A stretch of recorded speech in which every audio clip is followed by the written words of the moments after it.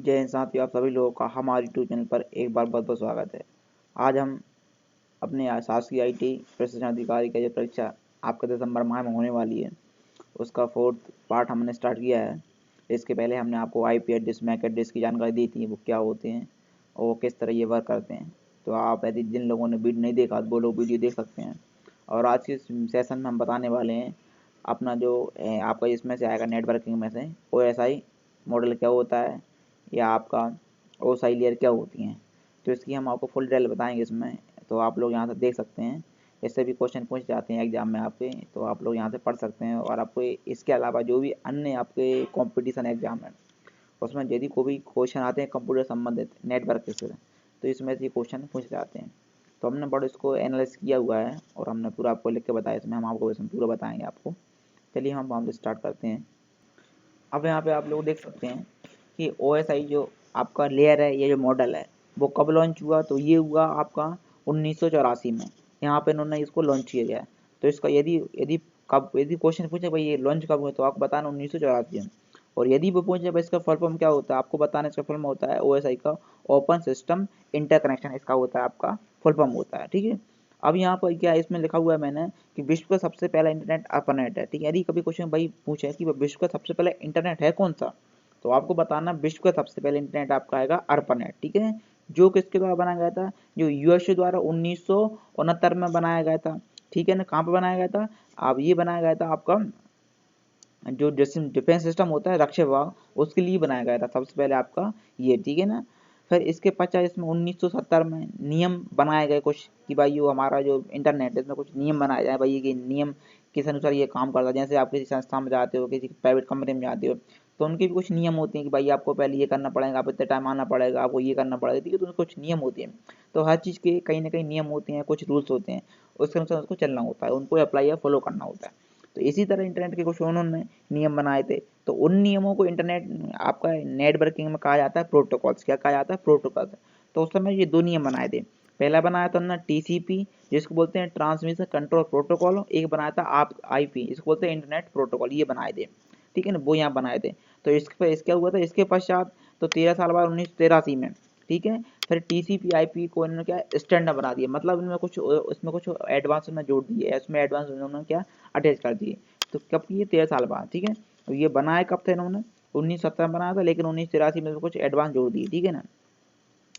अब यहाँ पे इंटरनेट, यदि मैं पूछूं कोई इंटरनेट का जो आविष्कार है ऑफिशियल रूप से कब हुआ, तो इंटरनेट का जो आविष्कार हुआ आपका, वो हुआ आपका 1 जनवरी 1984 में। यहाँ पे ऑफिशियल रूप से मतलब कर दिया गया है, पब्लिश कर दिया गया है कि भाई इंटरनेट का जन्मदिन मनाया जाने लगा। ठीक है ना। कब से हुआ आपका, तो 1 जनवरी 1984 में। तो आपको ये वाला ध्यान रखना है। ठीक है। अब 1984 में OSI मॉडल को एडवांस बनाया गया था। ठीक है। तो यानी कभी क्वेश्चन पूछे भाई 1984 में एडवांस कब बनाया गया है OSI मॉडल को, तो कब बनाया गया, तो 1984 में। ठीक है। 1984 में आपका इंटरनेट स्टार्ट हुआ था। इसके बाद उसके नियम को अच्छा बनाया गया। फिर OSI मॉडल को आपको क्या बोलते हैं, OSI मॉडल आपका IUS international organization for standardization 1984 में बनाया था। यानी क्या है, जो आपका OSI लेयर है ना, ये आपका OSI लेयर है ना, इसको आपका जो कब यहाँ पे इन्होंने किस संस्था के द्वारा बनाया गया है, तो वो बनाया गया था इंटरनेशनल ऑर्गेनाइजेशन फॉर स्टैंडर्डाइजेशन, इनके द्वारा बनाया गया था 1984 में। तो इन्होंने इसको बनाया था। अब OSI मॉडल का कार्य क्या होता है कि नेटवर्क में किस तरह का डाटा ट्रांसफर होता है। मेन काम क्या होता है OSI मॉडल का, भाई जो नेटवर्क है आपका, यदि मेरा कोई नेट में आप कुछ मैसेज कर रहा हूँ व्हाट्सअप से, तो ये किस तरह आपके मोबाइल में जाएगा नेटवर्क के माध्यम से। तो पूरे डाटा को कंट्रोल करना, मैनेज करना, और ये किस तरह जाना, पूरा काम करता आपका OSI लेयर करती है आपका इसमें। अब यहाँ पे आप देख सकते हैं कि OSI मॉडल एक रेफरेंस मॉडल या कॉन्सेप्चुअल मॉडल भी कहा जाता है OSI मॉडल को, लेकिन इसको प्रैक्टिकली इम्प्लीमेंट नहीं कर सकते अपन, ये आपको ध्यान रखना है। अब इसमें जो OSI आपकी मॉडल होती है उसमें होती हैं 7 लेयर। कितनी होती हैं, 7 लेयर होती हैं। ठीक है। और सभी लेयर्स में रूल्स होते हैं और सभी में प्रोटोकॉल्स होते हैं, सभी अपने अपने हिसाब से वो पूरी ये काम करती हैं। ठीक है। अब यहाँ पे आप देख सकते हैं कौन कौन सी लेयर होती है, मैं आपको दे सकता हूँ। अब एक बात ध्यान रख लें, लिखा मैंने इस तरह है आपका। ठीक है ना। यहाँ से लिखा है application layer, presentation layer, session layer, transport layer, network layer, data link layer और फिजिकल लेयर। लेकिन पेपर में आपको बताना किस तरह है, किस तरह आपको जवाब देना है। तो जब भी हम यहाँ पे क्वेश्चन पूछते हैं तो फर्स्ट टाइम हमेशा नीचे से हमको गिना जाता है और नीचे से आपको क्वेश्चन बताना है। तो यदि आपको सबसे हम यहाँ बताते हैं तो सबसे पहले हम लोग फिजिकल लेयर, फिर हमारी data link layer second, third हमारी नेटवर्क लेयर, फोर्थ हमारी ट्रांसपोर्ट लेयर है, पांचवी हमारी सेशन लेयर और छठवीं हमारी प्रेजेंटेशन लेयर और सेवंथवी हमारी एप्लीकेशन लेयर। तो आपको इस तरह बताना, नीचे से बताना, ठीक है, ना कि आपको ऊपर से बताना है, ठीक है। ये आपको ध्यान रखना विशेष रूप से। बच्चे कुछ गलती यहीं कर जाते हैं, क्वेश्चन पूछ जाता है लेकिन वो भाई ऊपर से गिन लेते हैं और वहीं से लगा देते हैं, तो वो उनको क्या आंसर गलत हो जाता है, ठीक है।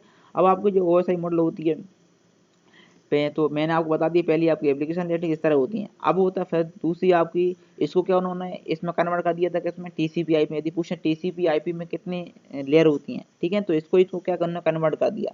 तो इन्होंने क्या किया कि आपकी जो नेटवर्क डाटा लिंक लेयर है और फिजिकल लेयर, इसको बना दिया नेटवर्क इंटरफेस एक्सेस लेयर, ठीक है। और दूसरा आपका जो नेटवर्क लेयर, इसको बना दिया यहाँ पर इंटरनेट लेयर।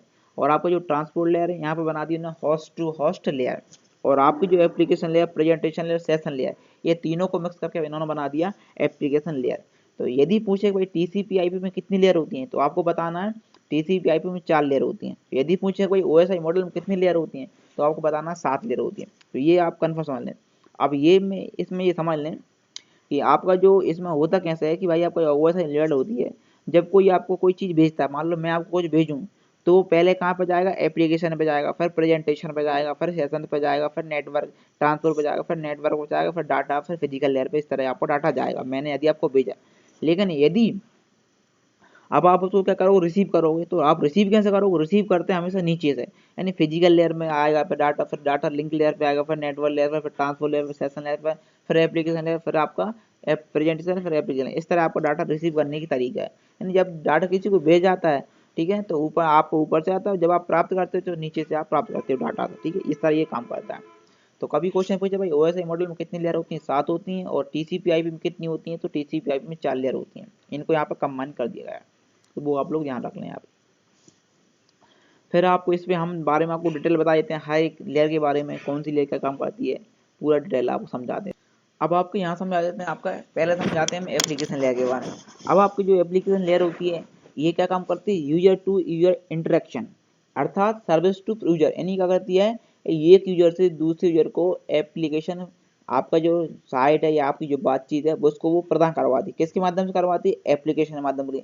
अब मुझे यदि आपसे बात करना हुआ या आपको मुझसे बात करना है, तो कुछ ना कुछ अपन को एप्लीकेशन चाहिए पड़ेगा, क्योंकि तभी तो हम बात कर पाएंगे। नहीं है तो हम कैसे बात कर पाएंगे। उसके लिए या तो आपके पास व्हाट्सअप होना चाहिए, या फेसबुक, या ट्विटर, या इंस्टाग्राम, या टेलीग्राम, और इसके बाद या आपका जीमेल। तो हम इन्हीं के द्वारा, इनकी एप्लीकेशन के माध्यम से बात करेंगे। हम उसके बगैर तो आपसे कोई बातचीत या वीडियो कॉलिंग या टेक्स्ट ये नहीं कर सकते। तो इनके लिए जो काम करता है पूरा, एक यूजर दूसरे यूजर को इंटरेक्ट करवाने का, ये काम करता है आपका एप्लीकेशन लेयर, ठीक है। ये एप्लीकेशन लेयर काम करती है, ठीक है। एक यूजर से दूसरे यूजर को क्या करती है, इंटरेक्शन करवाती है, को एक दूसरे से आपस में बातचीत करवाती है। तो ये पूरा होता है इंटरनेट के एक्सेस में होता है। और जैसे आपका मान लो मैंने बता दिया, फेसबुक हुआ, व्हाट्सअप हुआ, टेलीग्राम हुआ, इंस्टाग्राम हुआ, ट्विटर हुआ, ठीक है। इस तरह की ये एप्लीकेशन होते हैं जो एक यूजर से दूसरे यूजर को आपस में बातचीत करवाते हैं। तो ये होता है मेन काम एप्लीकेशन लेयर का।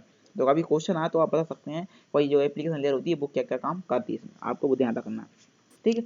अब बजाते हैं नेक्स्ट, इसमें कुछ इसके नोट्स हैं कि जो आपकी एप्लीकेशन लेयर होती है वो आपका किस में काम करती है, नेटवर्क डिवाइस में काम करती है। किस में काम करती है एप्लीकेशन, नेटवर्क, आपका गेटवे जो होता है गेटवे, उसमें काम करती है आपकी एप्लीकेशन लेयर, ठीक है ना। गेटवे नेटवर्क होता है उसमें काम करती है। फिर दूसरा है, इसमें डेटा के फॉर्म में जाता है, जिस तरह होता है उसमें जाता है। भाई कभी पूछे भाई एप्लीकेशन लेयर में डेटा किस फॉर्म में जाता है, तो आपको बताना है एप्लीकेशन लेयर में डेटा के फॉर्म में जाता है। फिर नेक्स्ट है, इसमें स्पेसिफिकेशन एड्रेस यूजर होता है, ठीक है ना, इसका नेम। अब इसमें मान लो आपके जो होते हैं कुछ प्रोटोकॉल होते हैं, जैसे आपका HTTP हुआ, जैसे बोलते हैं फाइल ट्रांसफर प्रोटोकॉल, ठीक है ना, हाइपर टेक्स्ट ट्रांसफर प्रोटोकॉल। फिर बोलते हैं FTP फाइल ट्रांसफर प्रोटोकॉल, आपका टेलनेट, XMPP, आपका POP3, DNS, DHCP। तो ये कहते हैं प्रोटोकॉल। ये सारे प्रोटोकॉल कहाँ पर काम करते हैं, ये करते हैं पूरे प्रोटोकॉल एप्लीकेशन के अंदर काम करते हैं, एप्लीकेशन लेयर के अंदर काम करते हैं। तो आपको ये बता देना। फिर हम चलते हैं नेक्स्ट, हमारी सेकंड है हमें प्रेजेंटेशन लेयर। अब प्रेजेंटेशन लेयर क्या काम करती है, इसका हमने बताया what is the format data, नहीं यानी आपका जो डाटा है वो किस फॉर्मेट का है, किस फॉर्मेट में जाएगा, ये आपको डिसाइड करती है आपकी प्रेजेंटेशन लेयर, ठीक है। या किस फॉर्मेट में हमारा डाटा प्राप्त हुआ है, ये काम करती है प्रेजेंटेशन आपकी लेयर। जैसे आपका मान लो मैं आपको कोई, आपने सॉन्ग भेजा तो MP3 में, ठीक है, कोई वीडियो भेजी तो MP4 में, कोई टेक्स्ट डॉक्यूमेंट .do आपका DOC, ठीक है, या कुछ आपका फोटो भेजी तो JPG में। तो इस तरह इसके एक्सटेंशन होते हैं जिससे उसकी पहचान होती है। जैसे आपका एक कोई नाम होता है, मेरा नाम है दिनेश कुशवाहा, तो मेरी पहचान किससे होगी, कुशवा से, ठीक है। तो क्योंकि दिनेश नाम से ही बहुत से हो सकते हैं, तो ये अपन नॉर्मल तरीके से हम किसी भी क्लास में उसके अंदर हम इसको पहचान सकते हैं। अब आपका इसमें प्रेजेंटेशन लेयर में 3-4 और इसमें वर्क होते हैं, वो ये भी क्वेश्चन 100% पूछे जाते हैं। पहला होता है आपका इनक्रिप्शन। आपका नाम सुना होगा हमेशा, इनक्रिप्शन क्या होता है। तो मैंने यहाँ पर नॉर्मल सरल शब्दों में समझा है कि भाई इनक्रिप्शन क्या काम करता है ये, ठीक है, पूरा इसमें आप देखेंगे। अब यहाँ पे इनक्रिप्शन का अर्थ होता है कि डाटा नेटवर्क में डाटा भेजे जाने से पहले उसे इनक्रिप्ट या सिक्योर अर्थात ऐसे फॉर्मेट में बदलना ताकि हैकर उसे डाटा को हैक या रीड या एक्सेस ना कर सके। यानी इनक्रिप्शन का मतलब होता है डाटा को सिक्योर करना। यदि हम आपके पास कोई डाटा भेज रहे हैं वो सिक्योर रहे, ताकि यदि कोई अनाधिकृत यूजर इंटरनेट के माध्यम से बीच में उसको हैक करने की कोशिश करता है तो वो उसको हैक ना कर सके, और हैक भी कर ले तो उसको वो समझ ना सके कि भाई इसमें क्या है क्या नहीं है, ठीक है। तो ये काम पूरा होता है इनक्रिप्शन का अर्थ तो ये होता है, ठीक है ना। फिर नेक्स्ट है डिक्रिप्शन। तो इनका मतलब होता है इनक्रिप्ट किए गए डाटा को उसके ओरिजिनल फॉर्मेट में बदलना। उसको बदलने के लिए पासवर्ड या अन्य की आवश्यकता होती है। मान लो मैंने आपको यहाँ से इन्फॉर्मेशन भेजी और मैं चाह रहा हूँ कि इन्फॉर्मेशन आपके पास जाए, लेकिन मैं यहाँ पे इसको पासवर्ड डाल दूँ।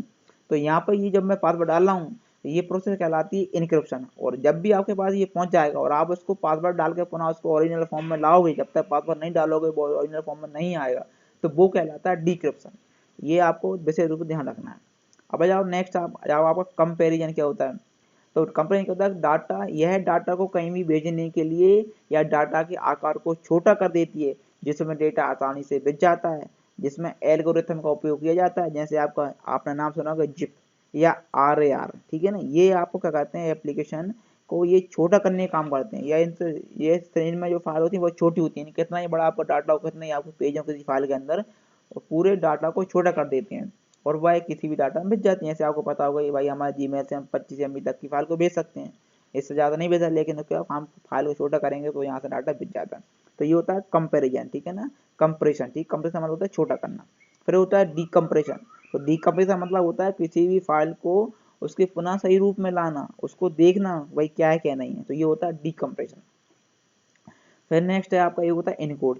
तो इस इनकोड क्या होता है, इसमें डाटा को एक ऐसे रूप में परिवर्तित किया जाता है जिसमें अन्य यूजर या मशीन नहीं समझ पाती। मान लो मुझे आपके पास डाटा भेजना है, लेकिन किसी ने उसको हैक कर लिया, तो मैं उसको ऐसे उसमें फॉर्मेट में कन्वर्ट कर दूंगा कि यदि वो हैक भी कर लेता है लेकिन वो समझ नहीं पाएगा इसमें क्या भाषा में लिखा हुआ क्या लिखा हुआ है, ठीक है ना। ये इसको बोलते हैं इनकोड। और एक होता है आपका डी कोड। क्या होता है आपका, नेक्स्ट होता है आपका डी कोड। डी को मतलब होता है इसमें डेटा को सही रूप में मैंने आपको डाटा भेजा इनकोड करके, उसी डाटा को उसके सही रूप में लाना ताकि मैं समझ सकूं या मशीन समझ सके, उसको बोलते हैं डी कोड। तो ये आपका पूरी तरह से क्वेश्चन इसमें से आते हैं, तो आप लोग समझ लें, ठीक है ना यहाँ से। फिर नेक्स्ट आपका यह डाटा आपका जो प्रेजेंटेशन लेयर होती है ये क्या काम करती है, यह डाटा को मैनेज करने का काम करती है। क्या करती है आपकी, मैनेज करती है। यह संचार करने में मदद करती है। इस लेयर को आपका एग्जीक्यूटिव फॉर्मेट में ट्रांसफर करती है, ठीक है ना। जो भी आपका रहता है फॉर्मेट उसमें ट्रांसफर करती है, ठीक है। MP3 में MP फॉर्मेट में रहता है। फिर यह डेटा को ट्रांसलेट भी करती है। फिर यह जरूर पड़ने पर आपका ASCII, ठीक है ना, और जिसको बोलते हैं American standard code for information interchange. फिर आपका ABCDIC में आपको ट्रांसलेट करने का काम करती है आपकी प्रेजेंटेशन लेयर। इसमें आपका गेटवे नेटवर्क डिवाइस काम करती है इसके अंतर्गत। इसमें डेटा के फॉर्म में ट्रेवल करता है। इसमें क्वेश्चन पूछा जाता है भाई प्रेजेंटेशन लेयर होती है, इसमें डेटा किस रूप में ट्रेवल करता है, ये नहीं जाता है, तो वो करता है डेटा के रूप में जाता है ओनली।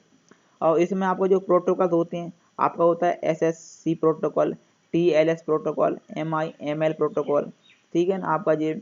और आपका जो फॉर्मेट रहेगा मैंने बता दिया आपका JPG, PNG, MP3 इस तरह का ये होते हैं, इसमें आपका डाटा जाता है।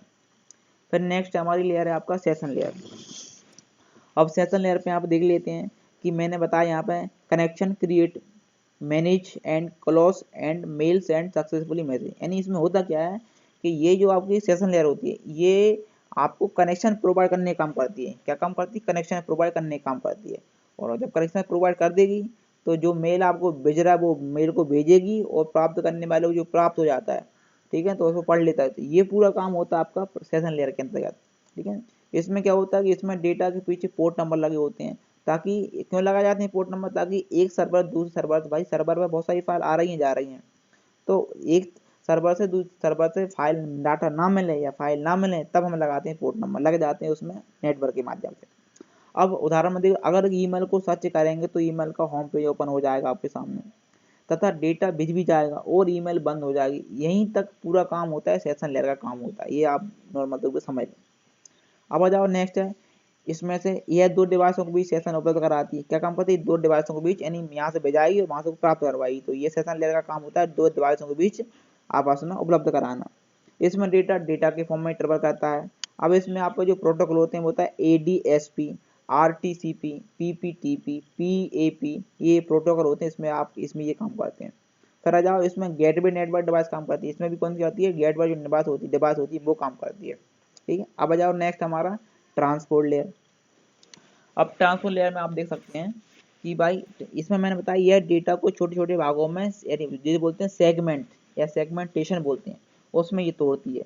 तो इसमें ट्रांसपोर्ट लेयर का काम होता है कि किसी भी डाटा है भाई, एक साथ तो डाटा बिसा नहीं है, तो क्या करते हैं उसके टुकड़े कर दी, छोटे टुकड़े, तो उस टुकड़े में डाटा आपका क्या बिछ जाता है पूरा।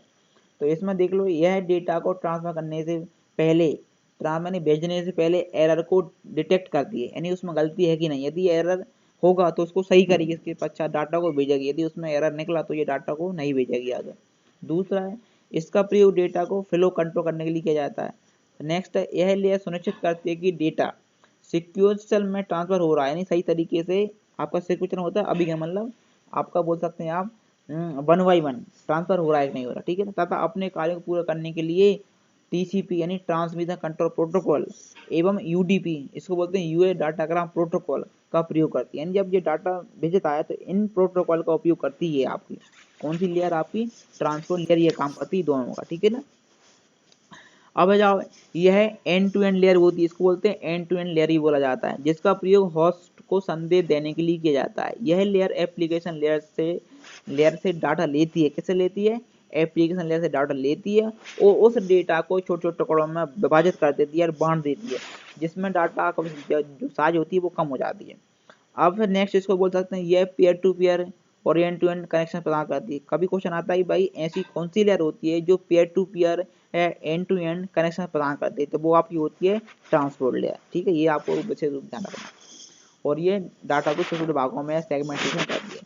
ये लेयर दो कंप्यूटर का उपयोग करके संचार को उपलब्ध कराती है। इस लेयर को सेगमेंटेशन लेयर भी कहा जाता है। क्यों कहा जाता है? क्योंकि ये छोटे भागों में डाटा को तोड़ती है, इस वजह से इसको सेगमेंटेशन लेयर भी कहा जाता है। यह ट्रैफिक को कंट्रोल करती है, ठीक है ना। इसमें गेटवे नेट आपका जो डिवाइस होती है वो होती है नेटवर्क डिवाइस, गेटवे डिवाइस, वो इसमें काम करती है। इसमें डाटा सेगमेंट पे जाता है। यह पोर्ट एड्रेस का प्रयोग करती है, पोर्ट एड्रेस का प्रयोग करती है। अब इसमें आपके दो मैंने बताए थे अभी, TCP प्रोटोकॉल और UDP, ये कौन से प्रोटोकॉल होते हैं, कौन सा इसमें सही रहता है, तो यहाँ पे इसको वेरीफाई। अब यहाँ पे अब मैंने बताया कि TCP प्रोटोकॉल में, तो यहाँ पे देख सकते हैं इसका कार्य इस डेटा को रिसीवर तक पहुँचाना एवं जानकारी लेना आदि होता है, यानी इसको बोलते हैं एक्नॉलेजमेंट बोलते हैं, यानी डाटा को पहुँचाना और रिसीवर को प्राप्त हुआ कि नहीं हुआ, ये यहाँ तक की पूरी जानकारी करती है आपका TCP प्रोटोकॉल काम करता है पूरा, ठीक है ना। और फिर आपके दूसरी तरफ यदि मैं बात करूँ UDP की, तो यहाँ पे UDP का काम क्या होता है? UDP का, इसमें डाटा पहुँच भी जाता है, नहीं भी पहुँचता है, नो एक्नॉलेजमेंट, यानी भाई यदि डाटा पहुंच गया तो अच्छी बात है, नहीं पहुंचा तो ये कुछ मेहनत नहीं करती। ये होता है UDP का काम होता है, ठीक है ना। और फिर नेक्स्ट है आपका, इसमें डाटा TCP में, इसमें डाटा यदि नहीं पहुंचा तो पुनः प्रयास करती है आपका TCP प्रोटोकॉल, लेकिन UDP इसमें डाटा नहीं पहुंचा तो ये पुनः प्रयास नहीं करती। फिर नेक्स्ट ये धीमी होती है और ये आपकी UDP फास्ट होती है। इसका कनेक्शन ओरिएंटेड होता है, इसका कनेक्शन आपका लैस होता है, ठीक है ना। इसमें कोई वो नहीं रहता कि भाई पहुंच भी जाए नहीं पहुंचा है, लेकिन अगर TCP protocol data permanently successful पहुंच जाता है। अब इसमें कुछ आपके आते हैं पेपर में कि भाई HTTP का पोर्ट नंबर कितना होता है, तो आपका समय यहाँ पर लिख लेना आप लोग। HTTP का पोर्ट नंबर होता है 80, FTP का पोर्ट नंबर होता है 21, DHCP का पोर्ट नंबर होता है 97 और DHCP क्लाइंट पोर्ट नंबर होता है 68। ये आप लोग लिखते हैं। फिर नेक्स्ट है हमारी नेटवर्क लेयर, यहाँ पर देख सकते हैं आप। अब यहाँ पर नेक्स्ट है हमारा नेटवर्क लेयर, तो ये OSI मॉडल की तीसरी लेयर होती है। इस लेयर में स्विचिंग और राउटिंग ऐसी तकनीक का प्रयोग करते हैं नेटवर्क लेयर में। इसमें डाटा पैकेट और सोर्स से आपका, इसमें क्या है, जो डाटा होता है ना वो जाता है आपका पैकेट के रूप में। किसमें जाता है? पैकेट के रूप में। और यदि ट्रांसपोर्ट लेयर में पूछे तो सेगमेंट के रूप में जाता है डाटा, ठीक है ना। और यदि इससे पहले आपका एप्लीकेशन हुआ या प्रेजेंटेशन हुआ, इसमें डाटा जाता है आपका डाटा के रूप में, ठीक है। तो ये आपको ध्यान रखना है। अब आपका जो नेटवर्क लेयर है, इसमें जो पैकेट में जाता है तो इसमें कहते हैं सोर्स और डेस्टिनेशन, मतलब सोर्स मतलब जहाँ से स्टार्ट हो रहा है और डेस्टिनेशन मतलब जहाँ पे पहुँचना है, ठीक है ना। तो यहाँ पे इसका प्रयोग करा जाता है। अब लेयर डेटा पैकेट को, जो डेटा पैकेट होता है उसमें डेस्टिनेशन तक पहुँचाने के लिए लॉजिकल एड्रेस का प्रयोग करती है। किस करती है? लॉजिकल एड्रेस का प्रयोग करती है, ठीक है। ये बात ध्यान रखना है। अब आपका लॉजिकल लेयर होता है एड्रेस कौन सा, मैंने आपको बताया था आईपी एड्रेस मैक एड्रेस में, ठीक है ना। एक होता है फिजिकल एड्रेस, एक होता है लॉजिकल। तो लॉजिकल एड्रेस होता है आपका आईपी एड्रेस, ठीक है। अब यहाँ पे देख लो, इसका प्रयोग डिवाइस की लोकेशन को ट्रैक करने के लिए किया जाता है, ठीक है ना। यानी डिवाइस की लोकेशन कहाँ है, हम भाई को हमारा मोबाइल घूम जाए, हमारी सिम घूम जाए, हम कहाँ से ट्रैक करते हैं? हम ट्रैक करते हैं आईपी एड्रेस के माध्यम से। कैसे करते हैं? आईपी एड्रेस के माध्यम से। तो ऐसे ही उस डिवाइस की लोकेशन को ट्रैक करने के लिए यहाँ पे आईपी एड्रेस का प्रयोग किया जाता है, ठीक है, जिसे बोलते हैं इंटरनेट प्रोटोकॉल।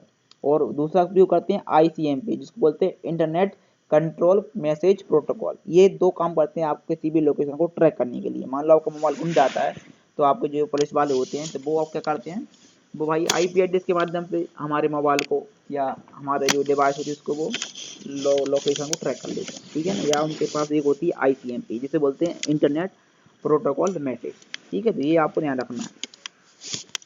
अब आ जाओ नेक्स्ट, इसमें राउटर डिवाइस काम करती है। इसमें कौन सी डिवाइस काम करती है? राउटर डिवाइस इसमें काम करती है, ठीक है।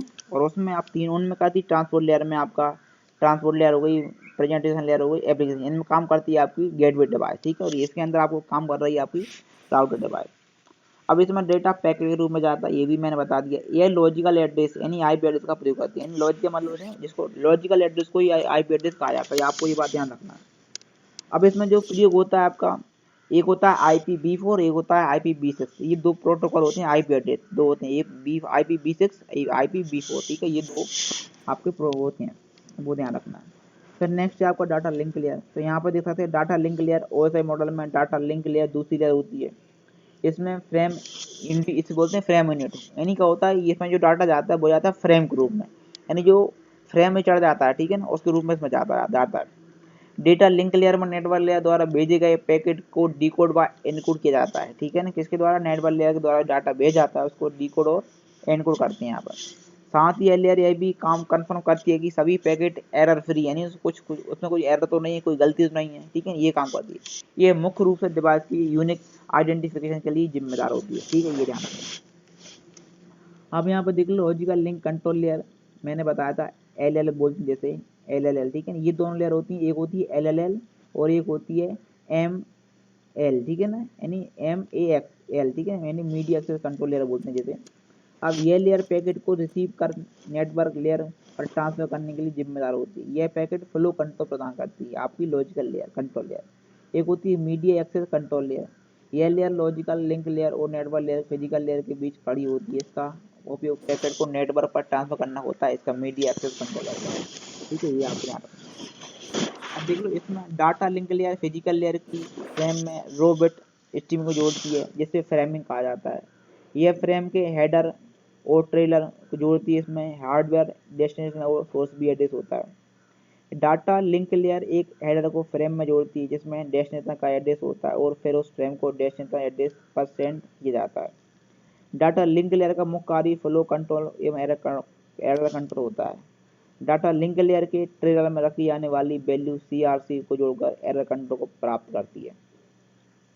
यह लेयर जब दो या दो से अधिक डिवाइस एक ही कम्युनिकेशन चैनल से जुड़े होते हैं तो उनके बीच एक्सेस कंट्रोल को निर्धारित भी काम करती है।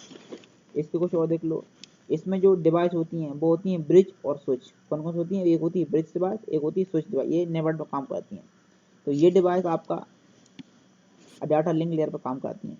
इसमें आपका जो प्रोटोकॉल होते हैं वो होता है आपका इथरनेट, आपका BLAN, ATM, ARP, SLIP, PP protocol होते हैं। इसमें physical address and MAC address काम करते हैं, ठीक है ना। तो अभी क्वेश्चन आएगा भाई फिजिकल एड्रेस और मैक एड्रेस किस लेयर पर काम करते हैं, तो आपको बताना है डाटा लिंक लेयर पर ये दोनों एड्रेस काम करते हैं, ठीक है। और आपका IP एड्रेस वो करता है आपका नेटवर्क लेयर पर काम करता है। अब जाओ नेक्स्ट, फिजिकल लेयर कौन सी होती है। अब ये फर्स्ट वाली लेयर सबसे पहले होती है फिजिकल लेयर, ठीक है, फर्स्ट वाली। इसमें इंटरनेट ऑफ सॉफ्टवेयर को टच कर सकते हैं, जैसे हमारा मतलब इसमें सॉफ्टवेयर मतलब हो सकता है आपका ये हार्डवेयर बोल सकते हैं, जैसे कंप्यूटर केबल हो गई, ठीक है ना, ठीक है ना, इसको हम हार्डवेयर बोलते हैं, आप हार्डवेयर लिखना पड़ेगा, ठीक है। यहाँ पे लिख देते हैं हार्डवेयर।